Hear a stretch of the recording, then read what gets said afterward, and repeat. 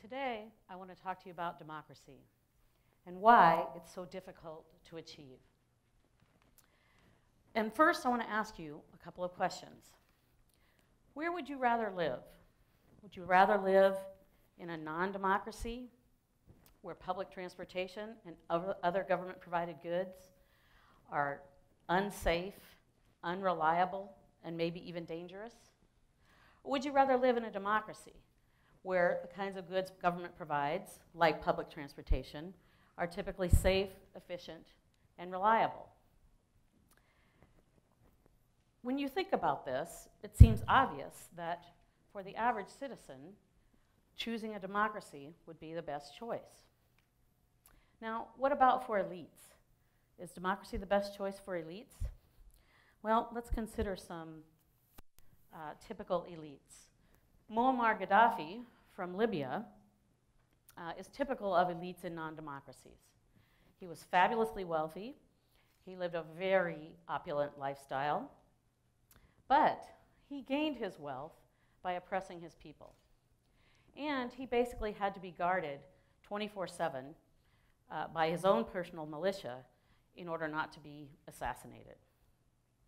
And as most of you probably know, he lost his life a couple of years ago, a fairly violent death, in an uprising in his own country. Now let's consider an elite more representative of democracies, Bill Gates. Not only is Bill Gates worth twice as much as Muammar Gaddafi, he's still alive to enjoy that wealth, and he doesn't have to live basically in a bunker for fear of being assassinated. So, and he made his wealth also by selling to a wealthy society rather than stealing from a poor society. So even from the point of view of elites, democracy seems like the obvious choice. But if we look around the world, there is anything but a universal choice for democracy. Of the 195 countries today, only 90 of them are democracies. More surprisingly, in the last couple of decades, there has been a number of regime changes that suggested that democracy was on the rise and that the possibility for wider democratization across the world was going to happen. But let's take the example of the Soviet Union. It collapsed in 1991. It very much looked like it was on a path to democracy. But as we know, ultimately Putin consolidated control, and I think nobody today except Putin would call Russia a democracy. Secondly, take Egypt. A couple of years ago, long-standing dictator was overthrown by a popular movement. Elections were held. The Muslim Brotherhood won those elections and took office. But 1 year later, they were removed in a military coup. So this is a puzzle. If democracy seems to be, the best choice, why so many failures? The answer that we currently have blames the players. So if you look at the popular press or the academic work on this subject, you listen to leaders, even people working in the field, pundits, everyone says, well, the problem is the players. So if we think about the Soviet Union or Russia, the problem was Putin. Russia appeared to be on a trajectory of democracy, but what happened was this megalomaniac, this former KGB operative, muscled his way in, consolidated control, and, as we know, has now consolidated a non-democratic regime. From this point of view, in Egypt, the argument goes that the problem is with the Muslim Brotherhood. They failed to govern inclusively. They tried to usurp all power in the system. Or alternatively, the player to blame is the military that threw them out after being democratically elected after 1 year. Now, based on what we've thought about so far, it does seem like The problem is with the players. Again, we can probably all agree that democracy seems to be the best choice. But somehow, players keep making choices for something other than democracy. But what I want to suggest to you today is that the problem is not with the players. The problem is with the game. The problem is with the structure of democratic choice, or the structure of political choice. Now, if you or I, as an individual, could decide who was going to take office, we would obviously choose the Democrat. But as we know in a democracy, that's not how we choose our leaders. We have a process through which not only our wishes, but everyone else's wishes are taken into account. What I want to suggest to you today is that this introduces a very difficult problem which helps us understand why democracy is so hard to achieve. And I call this problem the voter's dilemma. Now, to understand this dilemma, I want you to consider two possible candidates, or two people that you could support or vote for. A Democrat, in the sense that we typically think about them, will provide neutral government, provides benefits to all citizens, and a non-Democrat, who typically provides benefits only to those who vote for them or otherwise support them. Now, I know most of you are thinking, well, of course I would vote for the Democrat, okay?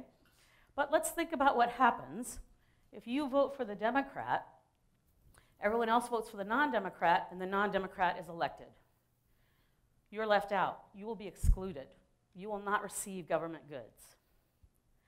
Now, let's think about it the other way. You vote for the non-Democrat, and the Democrat gets elected. You're no worse off.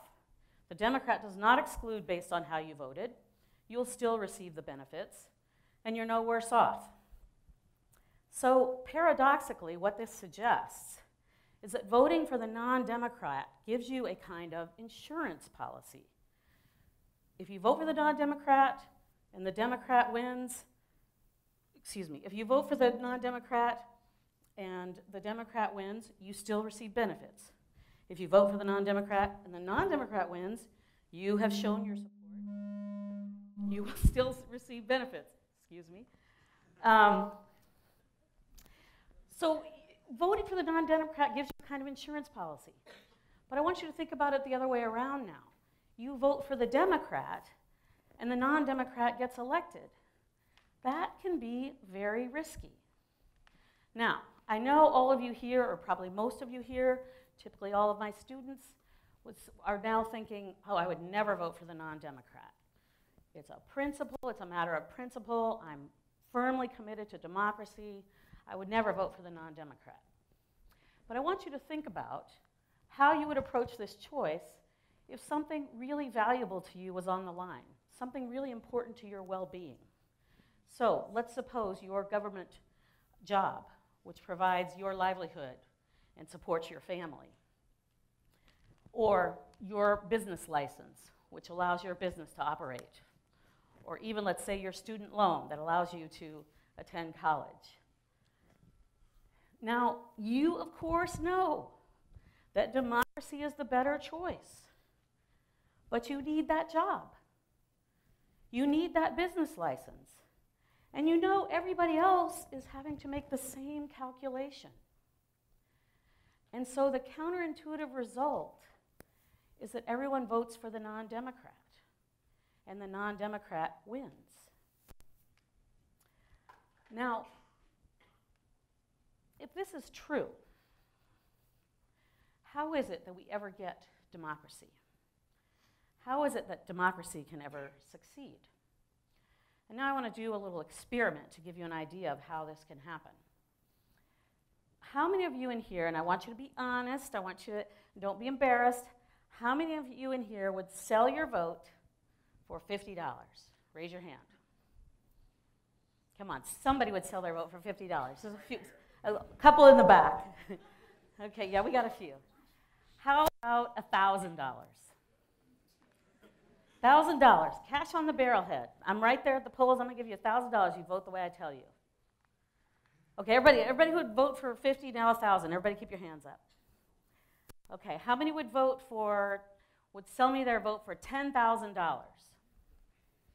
Come Come on, $10,000?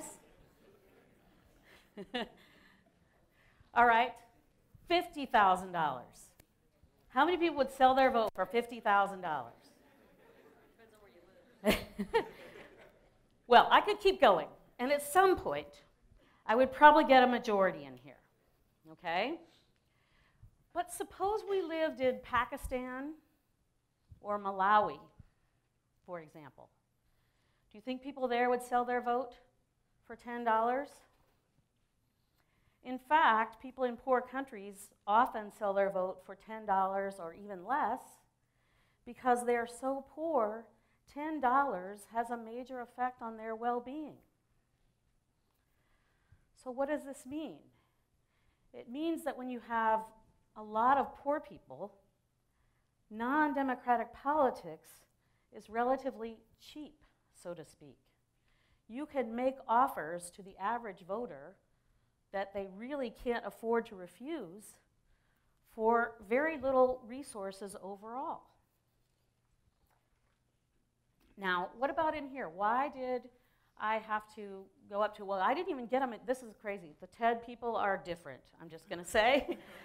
In my classes, by the time I make it to 10,000, I've got a full majority. But why did I have to go up so high here? Why did I have to, probably if I'd gone to $50,000, $100,000, I would have gotten a majority. Why did I have to go so high here?